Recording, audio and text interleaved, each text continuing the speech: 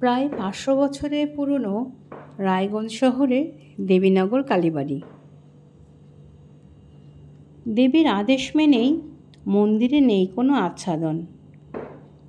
সারা বছর ধরে মা ঝড় জল বৃষ্টিতে পূজিতা হন।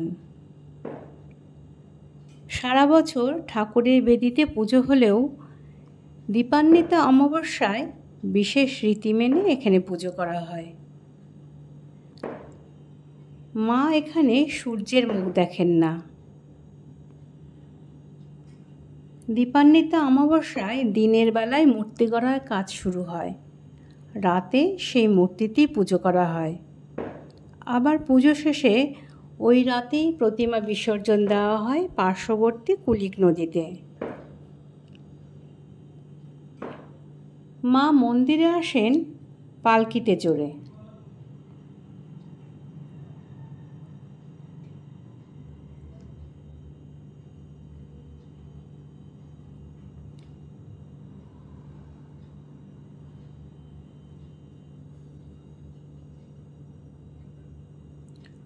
বরণ শেষে মাকে মূল বেদিতে স্থাপন করা হয়।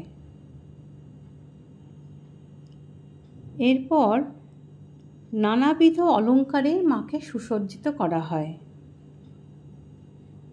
অত্যন্ত জাগ্রত এই মন্দিরে পূজা দিতে দূর দূরান্ত থেকে ভক্তদের সমাগম হয়। এই পুজো নিয়ে নানা জনশ্রুতিও রয়েছে। অনেকে বলেন একসময় ডাকাত দল এখানে মায়ের আরাধনা শুরু করে। আবার কেউ কেউ বলেন দিনাজপুরের জমিদার তার লোকজন নিয়ে এসে পুজো করে ফিরে যেতেন। দেবীর আদেশ ছিল মন্দিরে কোনো ছাদ থাকবে না। সেই আদেশ মেনেই মন্দিরে নেই কোনো আচ্ছাদন। মায়ের আদেশ মেনেই রাতেই মূর্তি গড়ে পুজো শেষে বিসর্জন দেওয়া হয়।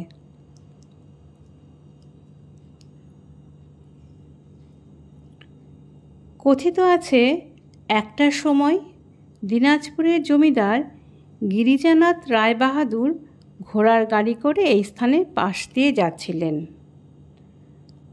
আচমকাই তার গাড়ির চাকা আটকে যায়। শত চেষ্টাতেও গাড়ি আর এগোয়নি। জমিদার মশাই বাধ্য হন সেদিন ওই স্থানে রাত্রি যাপন করতে। সেদিন রাতে জমিদারকে দেবী স্বপ্নাদেশ দেন এই স্থানে তার পুজো করার জন্য। সেই নির্দেশ মেনেই জমিদার গিরিজানাথ রায়বাহাদুরের হাত ধরেই পুজো শুরু হয় এখানে। এখানকার পুজো হয় বৈষ্ণব মতে। এখানে অন্ন ভোগ হয় না।